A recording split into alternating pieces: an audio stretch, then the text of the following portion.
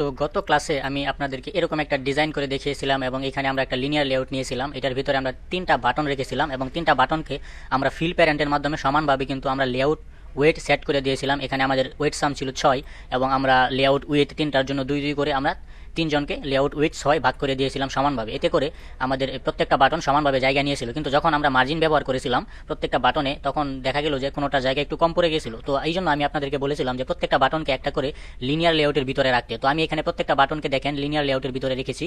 এখানে আমার এই একটা লিনিয়ার লেআউট, দুইটা লিনিয়ার লেআউট, তিনটা লিনিয়ার লেআউট। এই তিনটা লিনিয়ার লেআউট কিন্তু আমার এই যে এখানে ওয়েট সাম আছে, এই ওয়েট সামের যে লিনিয়ার লেআউটটা আছে আমাদের মেইন লিনিয়ার লেআউট, এইটার মধ্যে আমরা ওয়েট সাম সেট করেছিলাম 6 এবং এরপর আমরা এখানে তিনটা বাটন নিয়েছিলাম। এখন আমি যেটা করেছি, তিনটা বাটনকে আমি তিনটা লিনিয়ার লেআউটের ভিতরে রেখেছি।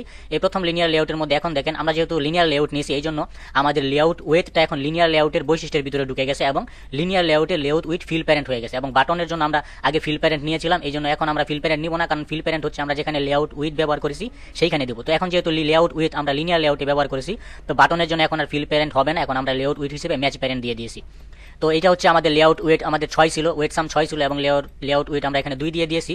সেম ভাবে আমরা প্রত্যেকটা এখানে আমরা আমাদের যে দ্বিতীয় বাটনটা আছে এটার মধ্যে আমরা লেআউট ওয়েট 2 এবং লিনিয়ার লেআউটের উইথ ফিল প্যারেন্ট করে দিয়েছি। এইভাবে আমি তিনটা লিনিয়ার লেআউট নিয়েছি এবং তিনটার ভিতরে আমি তিনটা বাটনকে বসিয়ে দিয়েছি এবং প্রত্যেকটা লিনিয়ার লেআউটে দেখেন মার্জিন দিয়েছি 5 ডিপি। এখানে প্রত্যেকটা লিনিয়ার লেআউটে মার্জিন 5 ডিপি করে দিয়েছি, তিনটাতে আমরা 5 ডিপি করে লেআউট মার্জিন দিয়ে দিয়েছি, যাতে করে সব দিক থেকে 5 ডিপি করে জায়গা ছেড়ে দেয়। এখন প্রত্যেকটা বাটনে কিন্তু সমানভাবে জায়গা ছেড়ে দিয়ে তাদের এখন প্রত্যেকটা লিনিয়ার লেআউট আসলে যেহেতু লিনিয়ার লেআউটের মধ্যে আমরা মার্জিন ব্যবহার করেছি, এখন প্রত্যেকটা লিনিয়ার লেআউট সমানভাবে 5 ডিপি করে জায়গা ছেড়ে তারপরে বসেছে। এবং এখানে দেখেন গ্র্যাভিটি হিসেবে আমরা সেন্টার ব্যবহার করেছি, এই জন্য এই গ্র্যাভিটির অর্থাৎ লিনিয়ার লেআউটের ভিতরে আমরা গ্র্যাভিটি যদি সেন্টার দিই তাহলে লিনিয়ার লেআউটের পেটের ভিতরে যা আছে সবগুলোই কিন্তু সেন্টারে বসবে। এখানে দেখতে পাচ্ছেন আমরা যে বাটনটা নিয়েছি এটা কিন্তু লিনিয়ার লেআউটের পেটের ভিতরে সেন্টারভাবে বসেছে।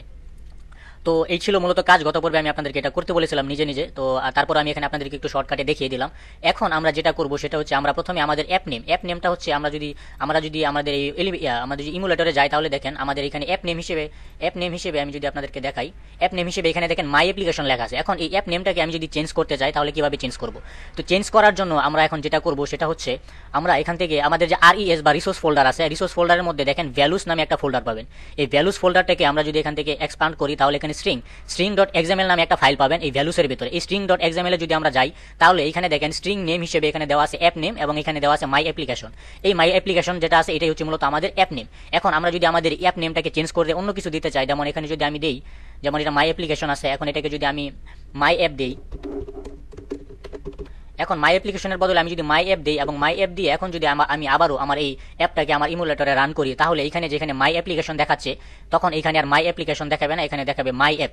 মূলত অ্যাপ নেম যদি আপনি চেঞ্জ করতে চান তাহলে এই ভ্যালুসের ভিতরে RES ফোল্ডারের ভিতরে যে ভ্যালুস ফোল্ডারটা আছে এই ভ্যালুস ফোল্ডারের মধ্যে string.xml নামে যে ফাইলটা পাবেন এই ফাইলের ভিতরে দেখেন ট্যাগ হিসেবে দেওয়া আছে অ্যাপ নেম। এইভাবে আপনি এখানে অ্যাপ নেমের জায়গায় আপনি এখানে মাই অ্যাপ যেটা আছে এখানে আপনি আপনার পছন্দ মতো যে কোনো নাম দিবেন, সেই নাম দিয়ে আপনি আপনার অ্যাপটাকে যে নামে তৈরি করতে চান বা নাম যদি পরবর্তীতে চেঞ্জ করতে চান তাহলে এইখান থেকে আপনি আপনার অ্যাপ নেমটা চেঞ্জ করতে পারবেন।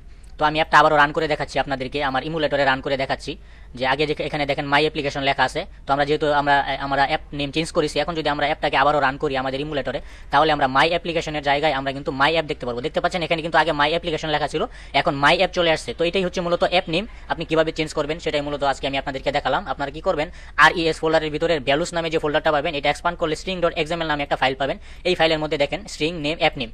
এখন এই যে এখানে আপনি যেই নামটাই দিবেন সেই নামটাই আপনার এই অ্যাপ নেম হিসেবে এখানে শো করবে। এখন দেখতে পাচ্ছেন আগে মাই অ্যাপ্লিকেশন ছিল, এখন মাই অ্যাপ হয়ে গেছে। তো এই ছিল মূলত আজকের ভিডিও, আপনি কিভাবে আপনার অ্যাপের নামটা চেঞ্জ করবেন।